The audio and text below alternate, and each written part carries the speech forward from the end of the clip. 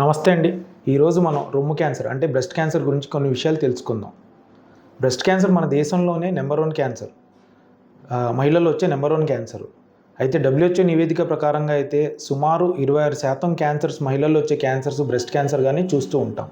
అయితే ఇంత కామన్గా ఉండే క్యాన్సర్కి సైన్స్ అండ్ సిమ్టమ్స్ ఏంటి, లక్షణాలు ఏంటి అని చూసినట్లయితే బ్రెస్ట్లో రొమ్ములో ఏదైనా కంతలాగా ఉండడం లేదా గడ్డలాగా ఉండడం, చంకలో ఏమైనా గడ్డలాగా కంతలాగా ఉండడం, స్కిన్ దగ్గర చర్మం ఎర్రబడిపోవడం లేదా చర్మం పొక్కిలిచ్చిపోవడం లేదా లోపలికి వెళ్ళిపోవడం, నిప్పలు అనేది లోపలికి వెళ్ళిపోవడం, ఇవన్నీ చూస్తూ ఉంటాం.